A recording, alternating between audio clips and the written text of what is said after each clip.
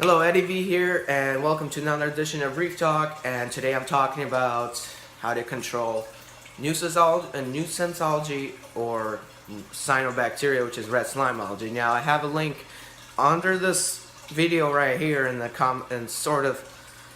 the comments below, the information down there about how I removed red slime algae from my own tank. It wasn't really red, it was kind of brown, but cyanobacteria, which is called, in other words, usually comes in form of red slime algae, and it comes in many different colors. It comes in red, brown, and green, and it's the worst nightmare you can ever come with. And so is nuisance algae. Like, you see tanks coming up blue and green, some blown red and brown, some bubble algae. It's nasty sometimes.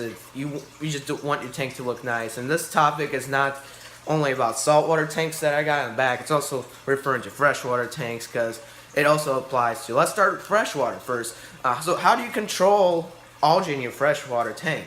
Well, another thing, you gotta know, if it's a freshwater plant, you gotta know how many hours of light your freshwater plants need at minimum.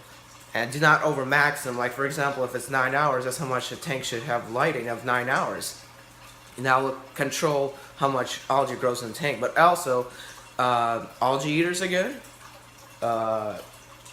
Like the pleco, any type of pleco is good. And also Chinese algae eaters, but they can be kind of aggressive when they grow big. So I would watch when you put Chinese algae eater. But the flying fox does a good job of it doing too. It's similar to the Chinese algae eater. And there's some kind of other algae eater that looks exactly like the Chinese algae eater. Well, I mean, similar body shape, but it's not Chinese algae eater, but they're peaceful. And also, there's certain types of loaches that'll eat your algae too. But the most effective I had was a pleco. You can go with the regular pleco, but then some plecos can actually eat your plants. But my favorite pleco is the royal pleco.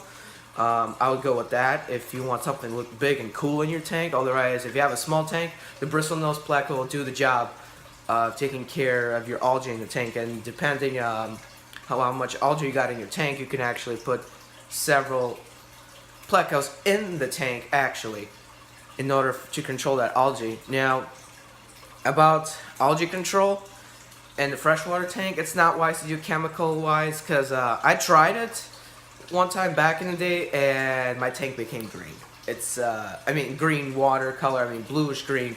It's not like algae green, but it's like the water itself is green, and you have to do so many water changes in order to just remove all that stuff. And that's like, I don't want to deal with that. So the best bet is just to go with the pleco. And another thing, as always, both saltwater and freshwater. Freshwater, you gotta watch your alkalinity, your nitrates, your ammonia possibly, but all these signs could lead to algae. So if you have algae bloom in your freshwater tank, you could see that your nitrates are up, or nitrates are up. There can be something wrong in the chemistry of the water. So you gotta do some testing. My next video is possibly to show you guys how testing is important. I'm gonna show you what the parameter is supposed to be in every tank. But another good sign of why you guys have a lot of algae is you gotta look at your water chemistry of what it consists. Maybe there's some nitrates that are high and it causes the algae to grow, so you gotta lower them down. Now let's go to saltwater.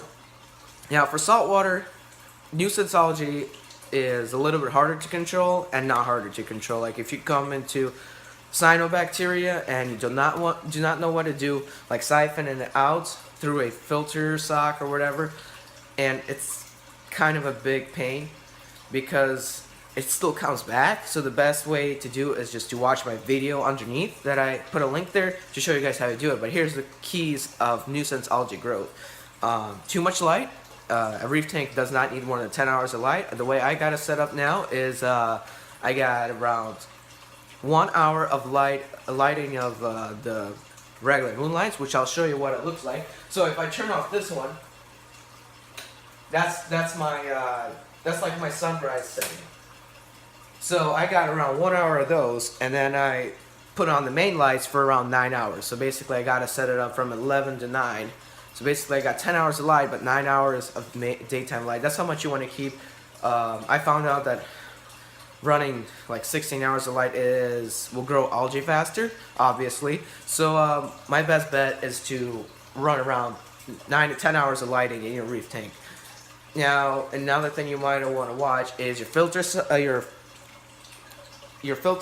or your filter pads may get clogged up over time. So if you see your filter pads starting to get dirty, it's best to wash them, because then they could collect all that loose cyanobacteria into the filter pads, and you can just clean them. After time, rinse those filter pads out or filter socks, and your tank becomes cleaner over time. And another thing that helps is carbon. Carbon will keep more crystal clear waters in your tank. The more carbon, the better. But here's another thing though you gotta watch is your equipment clean. Sometimes the equipment is not functioning, and that's what causes excessive algae to grow. So for example, the protein skimmers, you haven't cleaned them for a while. Well, they're not pulling all that protein out because they're getting stuck and clucked up, because after a while that protein becomes like as you call, like, it's like this now instead of like this protein is becoming this thick brake gel grease or something like that, and it doesn't come out anymore. So your proteins that supply that algae is not being collected. So you want to have that collected in order for the algae to start growing more slowly. Another thing that may be a factor is your phosphate reactor. You got to keep up with your phosphate reactor, your biopellets, or whatever you use. There's another thing, there's just phosphate remover. But phosphates is what makes algae grow. Phosphates and nitrates. So you got to watch those two parameters. If your phosphates are high, your nitrates is going to be high, and you can both look at the both too. So for example, nitrates are high, most likely your phosphates are high. Nitrates are low, most likely your phosphates are low. But the less nitrates and phosphates, the better for algae to grow less. But the thing is, some corals like a little bit more nitrates, but the payback of that is that you're going to have cyanobacteria growing or some nuisance algae. But here's the two factors, the phosphates and nitrates, that will most likely supply your nuisance algae or red slime algae with food.